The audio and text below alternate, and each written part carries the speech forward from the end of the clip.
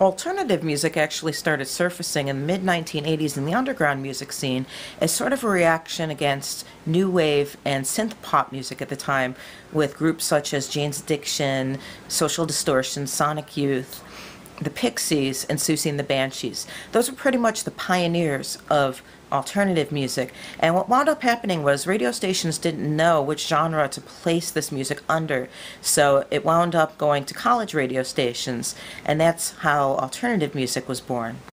So when this music started to spark more of an interest around 1990, suddenly there was a market for it and radio stations wanted it.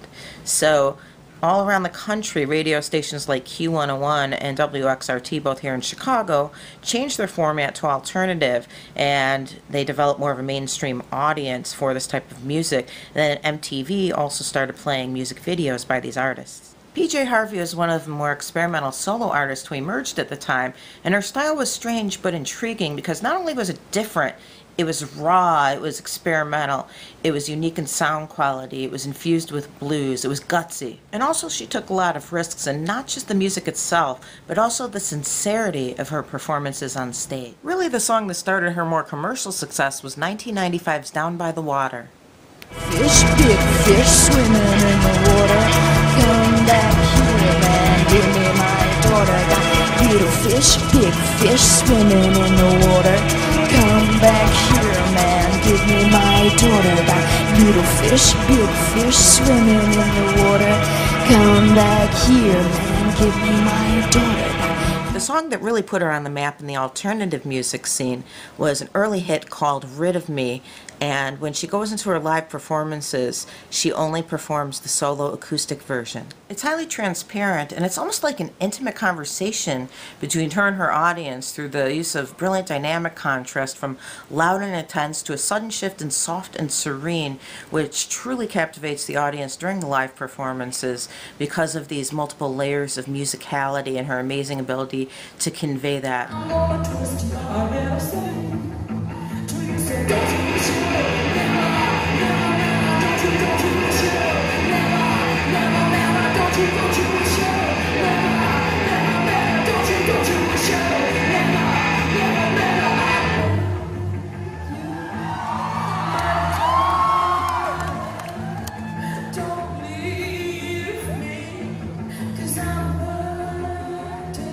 Her greatest musical influence stems from her exposure to blues music, as she explains in this 2001 interview.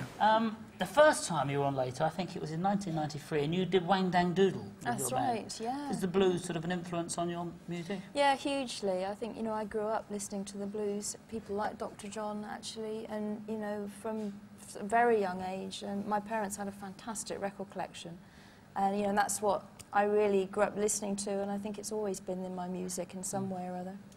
PJ Harvey is a very eclectic songwriter, and she's also a very interesting and intriguing performer on stage. What I think is really interesting about PJ Harvey as a performer is the direct communication she's having with her audience through eye contact and the sincerity of this level of communication during her live performances. I think that's what really brings out her authenticity on stage.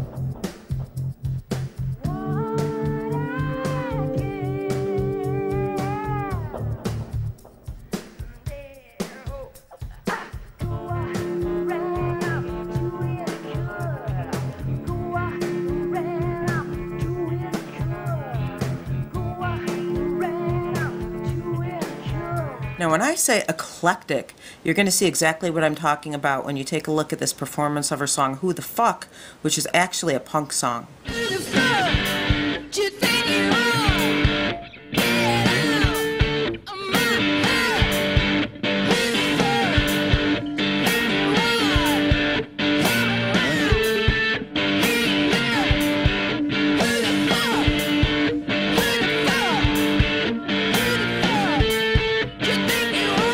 With an artist like PJ Harvey, no two CDs will be the same because she's always trying to experiment with new sounds and new techniques in order to keep things new and interesting for both herself and her fans.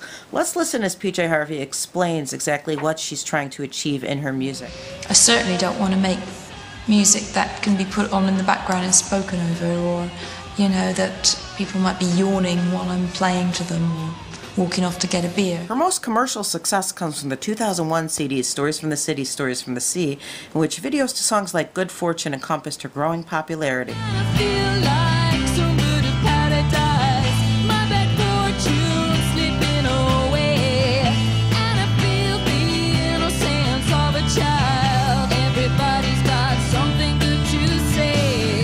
PJ Harvey performs with the same level of honesty and intensity today as she did when she started her career 20 years ago.